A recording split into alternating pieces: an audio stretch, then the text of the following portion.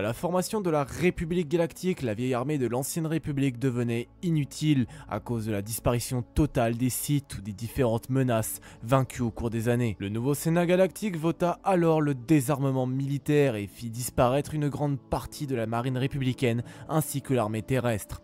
Désormais, la République comptait sur la CDR, la coalition de défense républicaine, pour maintenir l'ordre, ainsi que sur les forces de défense planétaire pour apporter sécurité au monde éloigné de la République. 1000 ans plus tard, la République se rééquipa d'une nouvelle armée afin de faire face à la menace grandissante des séparatistes.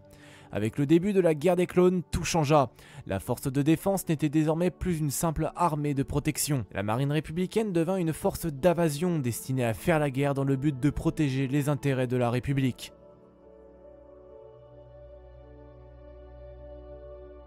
Durant la guerre, la marine était dirigée par le haut commandement de la République. Les Jedi furent placés comme des généraux de guerre. Ils furent chargés d'organiser les opérations militaires.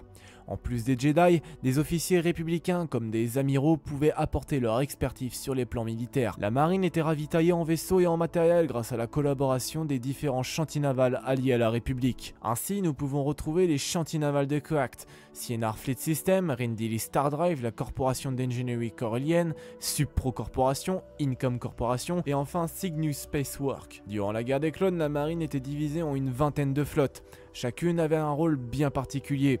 6 d'entre elles furent chargées d'assurer la défense des mondes du noyau. Les flottes étaient organisées pour faire une rotation, afin de permettre aux soldats clones de revenir du front pour qu'ils prennent un peu de repos. Au sein des flottes s'ajoutaient des unités comme les forces opérationnelles. Ces forces étaient plus mobiles afin de mener des opérations en plein cœur du front. Certaines forces opérationnelles étaient dirigées par Obi-Wan Kenobi ou Anakin Skywalker. Concernant les vaisseaux, le début de la guerre a boosté l'apparition de nouvelles générations de vaisseaux de guerre. La République était dans le besoin de s'équiper rapidement d'un nouvel arsenal. C'est ainsi que la République eut rapidement à sa disposition de nombreux vaisseaux de guerre, tels que les croiseurs Acclamator qui, de par leur réussite durant la première bataille de Geonosis, feront naître le destroyer de classe Venator. Le reste de la flotte républicaine était constitué de vaisseaux comme des corvettes, des transports et également un large éventail de chasseurs stellaires. Voilà, cette vidéo est désormais terminée, j'espère qu'elle vous aura plu. Si c'est le cas, vous connaissez déjà la chanson, n'hésitez pas à liker et à vous abonner, merci à vous.